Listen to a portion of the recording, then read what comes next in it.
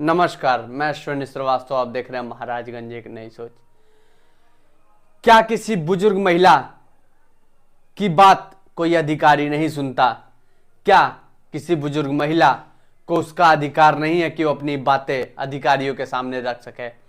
मैं बात कर रहा हूं महाराजगंज जिले के तहसील निचलौल की, जो कि पिछले बृहस्पतिवार को 65 साल की बुजुर्ग महिला अपनी फरियाद लेकर तहसीलदार के पास जाती है और उनसे अपना मामला बताती है, किंतु तहसीलदार साहब उसका मामला ना सुनकर उसको वहां से जाने के लिए कहते हैं। महिला आती है और उनके गेट पर बैठ जाती है। जो भी लोग वहां से गुजरते उनसे फरियाद करती है, लेकिन फरियाद सुनने वाला कोई नहीं।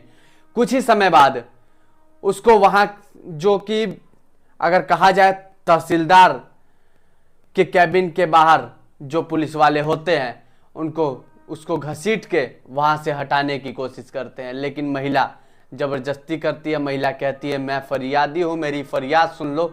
आखिरकार मैं अपनी फरियाद लेके जाऊं कहाँ? लेकिन निर्दयी जो पुलिस वाले हैं और तहसीलदार साहब उसकी फरियाद सुनने के बजाय उसको वहां से भगा दिया जाता है।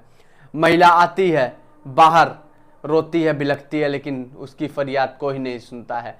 अब योगी सरकार कहती है कि हम सभी की बात सुनेंगे, लेकिन क्या उनके अधिकारी इस तरह से काम कर रहे हैं तो किस तरह से फरियादों की फरियाद सुनी जाएगी?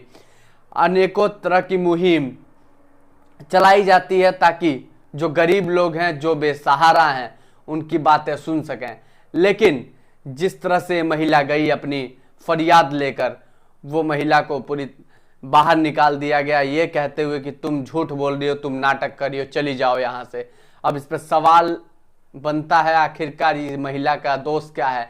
आखिरकार साहब एसी के कमरे में बैठकर, गद्दे वाली कुर्सी पे बैठकर, लग्जरी गाड़ियों से चलकर जिले पे से अपने तहसील पे जाते होंगे, अपने तहसील से जिले पे आते होंगे, और क्या उनकी फरियादी की फरियाद नहीं सुन सकते थे? क्या यही दशा है? क्या प्रशासन इसी तरह से जो फरियादी उनसे फरियाद लेके जाते हैं, उनसे गुजारिश करते हैं, हाथ जोड़ते हैं कि साहब मेरा निस्तारण कर दीजिए, लेकिन क्या यही तस्वीर है? किस तरह से हमारा उत्तर प्रदेश और भारत बदलेगा जब इस तरह के अधिकारी बेचारी बुजुर्ग महिला के साथ ना उसके आगे है ना उसके कोई पीछे है, अपनी फरियाद लेकर जाती है और सोचती है कि मेरा फरियाद सुनकर उसका निस्तारण कर दिया जाएगा, लेकिन उसको वहां से खाली हाथ वापस लौटना पड़ता है। आखिरकार साहब उस महिला, बुजुर्ग महिला का दोस्त क्या है?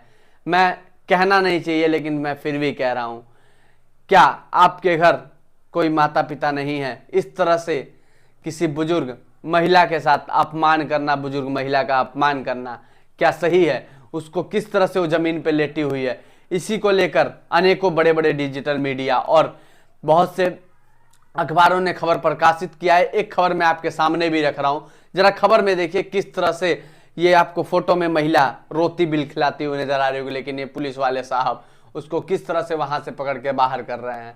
आखिरकार इसका कसूर बस इतना है कि अपनी फरियाद लेके गई थी। अब मामला मैं बता देता हूं। मामला है, इसको आवास मिलता है, लेकिन इनके पास कोई कारणवश इनके पटीदार इनको रोकते हैं और ये अपनी फरियाद लेकर फरियादी की तरह तहसीलदार साहब के पास जाती हैं, लेकिन इनकी फरियाद नहीं सुनी जाती। आखिरकार क्या जाहिर होता है इससे?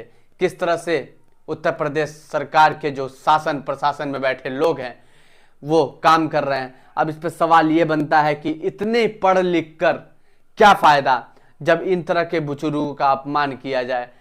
साहब, तहसीलदार साहब, आप बड़े ही परिश्रम से इस नौकरी को पाए होंगे, उसी तरह से समझिए कि ये बेचारी कितना परिश्रम करके ये यहाँ पे अपने घर से यहाँ तक पहुँच पाई होगी। अगर आप इसका निस्तारण कर दिए होते तो आपको ये अपना देवता मानते, लेकिन आपने इसका निस्तारण करने के बजाय, इसको बैठाने के बजाय अपने कैबिन से इसको बाहर भगा दिया।